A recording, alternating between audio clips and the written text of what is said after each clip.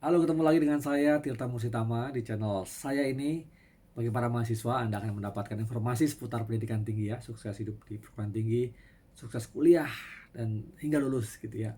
Dan buat para kolega saya nih, ini yang penting nih ya, Anda bisa mendapatkan informasi, tips tentang penelitian, publikasi dan juga komersialisasi dari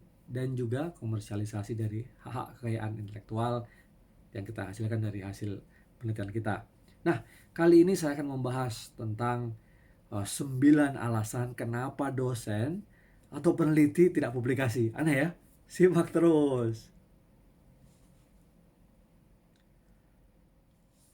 Sebagai seorang dosen atau peneliti, tentu salah satu tugasnya adalah melakukan publikasi. Kita tahu ada tridharma perguruan tinggi, ya, pengajaran pendidikan, kemudian penelitian ya, publikasi, dan juga pengabdian kepada masyarakat. Untuk beberapa kampus bahkan menambahkan dengan pengembangan diri ya, atau menjadi satu dharma itu. Misalnya di kampus saya di Binus University. Nah, baik. Nah, tentu eh,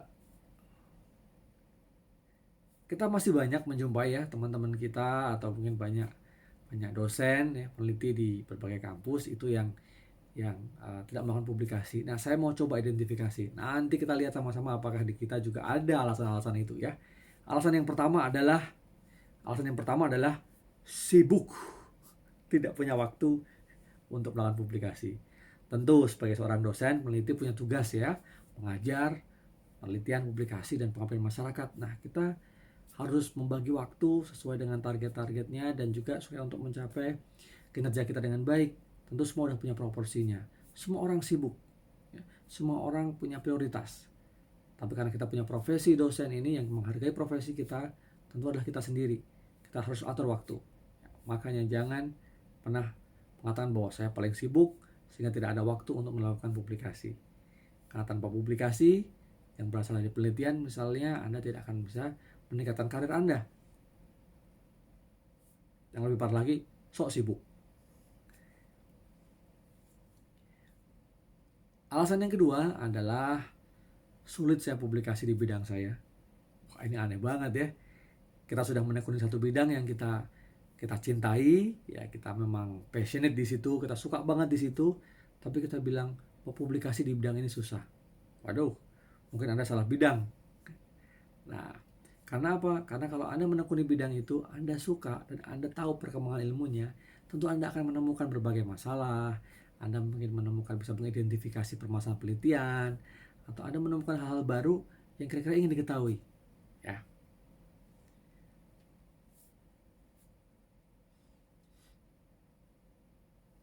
Alasan yang ketiga, yang sering kali keluar atau sering kali alasan ketiga ini sering kita yang ketiga, alasan yang sering kita dengar adalah penelitian di bidang saya ini butuh waktu yang panjang, mahal lagi, sehingga publikasi susah.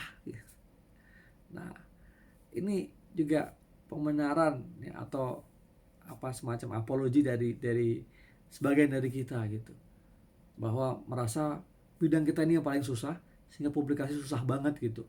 Nah, dan orang juga tentu tidak dengan dosen atau peneliti tentu tidak mau disepelekan ya, bidang tempat para peneliti, para dosen tentu akan mengatakan bahwa bidang kita ini memang bidang yang sulit yang kita pelajari gitu. Tapi karena kita cintai, maka kita melakukan upaya sekuat sebesar-besarnya, semaksimal mungkin agar melakukan publikasi, melakukan pengembangan ilmu pengetahuan, mendapatkan menambahkan nilai tambah, ya, meningkatkan nilai tambah dari ilmu pengetahuan yang kita pelajari. Nah, tidak ada peneliti atau dosen yang mengatakan bahwa, atau tidak ada para dosen atau peneliti yang rela dibilang bahwa bidangnya itu bidang yang gampang gitu, yang mudah. Semua pasti mengatakan bidangnya susah dan challenging. Nah, yang perlu diketahui adalah bagaimana kita menemukan cara agar bisa publikasi di bidang kita yang memang bidang yang sulit ini. Tapi karena kita cinta, kita suka, ya, passion kita di sini, maka kita pasti akan maksimal di sini. Jadi nggak ada tuh alasan bahwa publikasi bidang kita lebih sulit dan lebih lama? Tentu ya, mungkin saja ada, tapi kita tentu bisa menemukan cara untuk kemudian mengatasinya. Alasan yang keempat tidak punya publikasi adalah tidak tahu cara meneliti yang baik. Waduh, ini ya parah sih memang.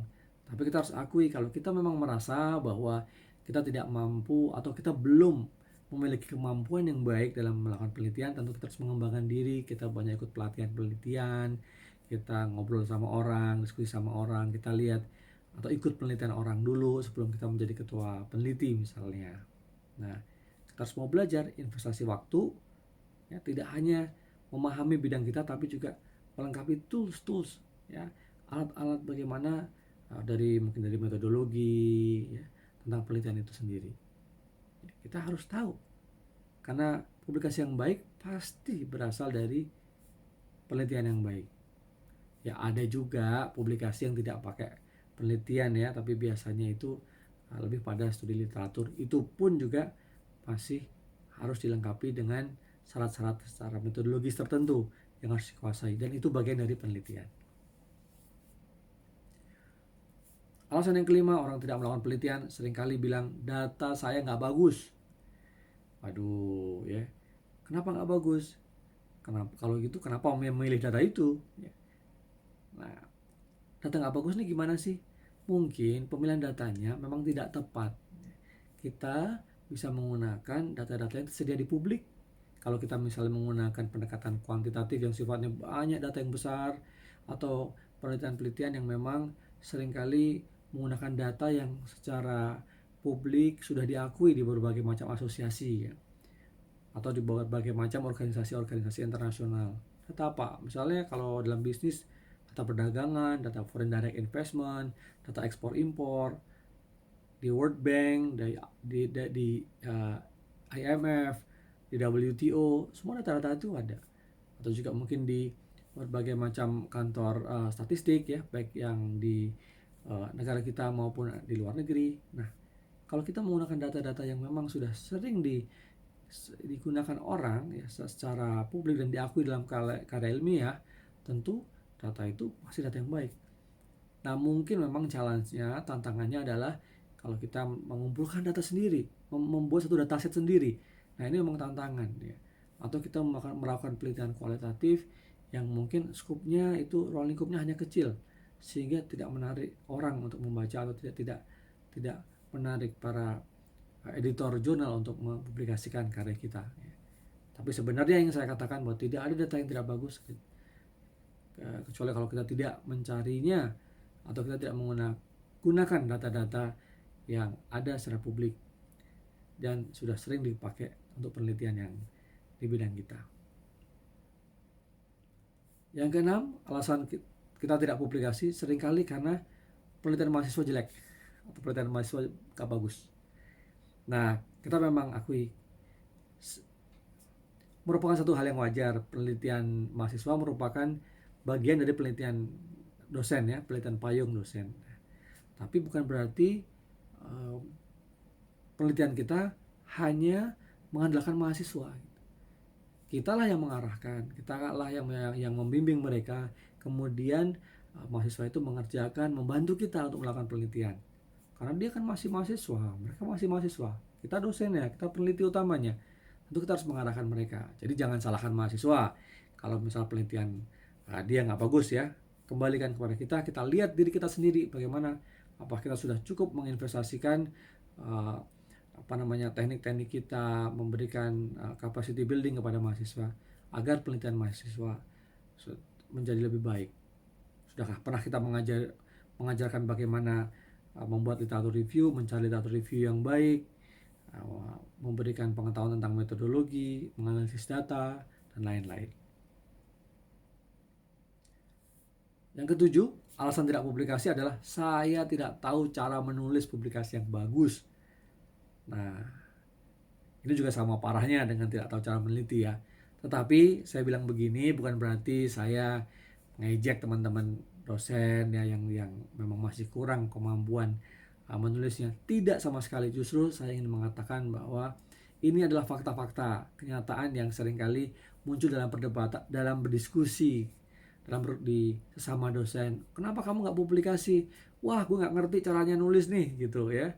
Nah, kalau gitu Anda harus ikut pelatihan cara menulis artikel ilmiah yang baik, atau menulis book chapter, atau menulis buku yang baik, ya. Nah, banyak kanal-kanal yang bisa Anda gunakan, baik itu menggunakan internet atau juga mengikuti pelatihan-pelatihan yang disediakan di kampus maupun di luar kampus. Jadi memang Anda harus investasi, Anda harus ambil waktu, mungkin Anda juga mau tenaga, biaya untuk belajar cara penulisan artikel atau cara membuat satu publikasi yang baik.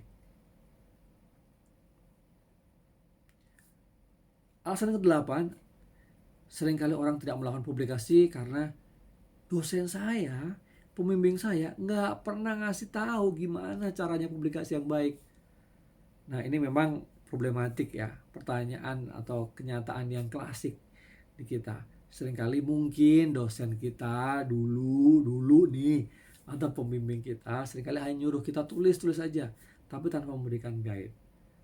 Nah, namun demikian kita tidak bisa ya berapologi ya, bahwa karena kita nggak diajarin oleh pembimbing maka kita tidak melakukan publikasi. Kalaupun ada indikasi seperti itu, tentu Anda bisa mencari cara yang lain. Nah, kalau tidak memungkinkan ganti pembimbing ya kan, ya Anda harus mencari sumber lain, mencari partner kolaborasi, teman Anda atau dosen-dosen senior yang lain, atau mungkin bisa mencari pembimbing-pembimbing yang lain khusus dalam publikasi. Alasan ke-9 adalah saya nggak punya partner nulis, jadi saya nggak bisa kalau nulis sendiri. Nah, ini juga persoalan klasik dan kenyataan di lapangan. Mungkin banyak dari kita atau sebagian dari kita tadi ada alasan sibuk, gak punya waktu, gak tahu cara menulis, gak tahu cara meneliti. Tapi kemudian kita sudah seperti itu kondisinya, kita juga gak punya partner. Nah, ini memang yang disayangkan. Kalau kita belum paham, kita belum tahu, ya kita harus mencari tahu.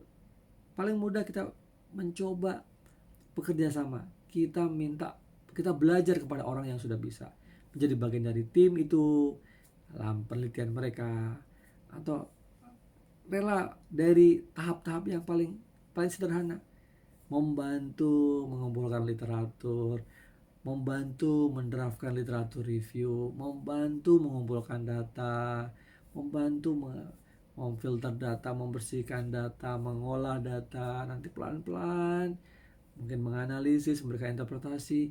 Lama-lama Anda akan tahu dengan partner itu belajar bagaimana cara menuliskan publikasi yang baik.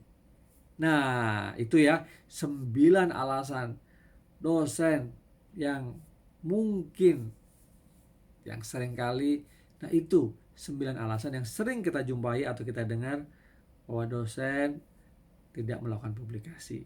Sungguh sangat disayangkan. Saya melakukan sharing ini dengan tujuan untuk mendorong kita semua, memberikan motivasi kepada para dosen bahwa yuk kita publikasi.